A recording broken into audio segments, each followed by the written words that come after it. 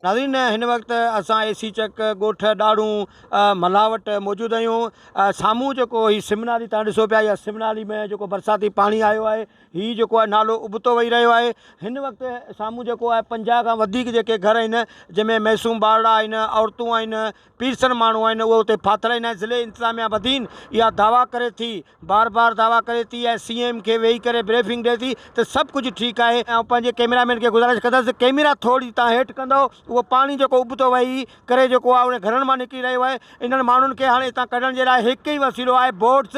उहा बि जेका तेज़ रफ़्तार बोट्स हुजे, जेका हिन पाणी में हलण जी सघ रखंदी हुजे, उहा ई बोट्स इन्हनि माण्हुनि खे इन्हनि घरनि मां कढी सघे थी। ऐं इंतिज़ामिया जो को बि माण्हू जेको आहे अॼु 2 ॾींहंनि खां हिन ॻोठ में न पहुतो आहे। असांखे कुझु इतला मिलिया त उहे माण्हू 2 ॾींहंनि खां फाथल आहिनि, पर जॾहिं स्पॉट ते पहुता आहियूं त माण्हुनि सां असीं मिली नथा सघूं, छो त हू असांखे बिल्कुलु, मां पंहिंजे कैमरा में चवंदुसि साम्हूं तव्हां पंहिंजी कैमरा कयो, हू ॻोठ आहे जंहिंमें कुझु ॻोठ नज़र अचे पियो, जंहिंमें माण्हू नज़र नथा अचनि, पर उहे माण्हू उन्हनि घरनि में खटनि ते वेठा आहिनि। उहो ॻोठ मुकमल तौरु पाणी जे घेरे में आहे। ख़दशो ज़ाहिर कयो पियो वञे त इन्हनि माण्हुनि वटि 2 ॾींहंनि खां वठी पीअण जो जेको पाणी आहे साफ़ु, उहो बि ख़तमु थी वियो आहे, छो त इन्हनि माण्हुनि जो शहर सां राब्तो कटियलु आहे। हिन वक़्तु मां जंहिं स्पॉट ते बीठो आहियां, हू इन ताईं बि जेके माण्हू आहिनि नथा पहुची सघनि, पर आउं सिर्फ़ु उन ई स्पॉट ते पहुची पंहिंजी कैमरा जी अख सां उहो ॻोठ ॾेखारे सघां थो। कैमरामैन असगर खोसो सां गॾु राज़क ॾिनू खोसो, अवामी आवाज़ TV न्यूज़ बदीन। विजिट कयो अवामी आवाज़ मीडिया ग्रुप जी वेबसाइट awamiawaz.pk।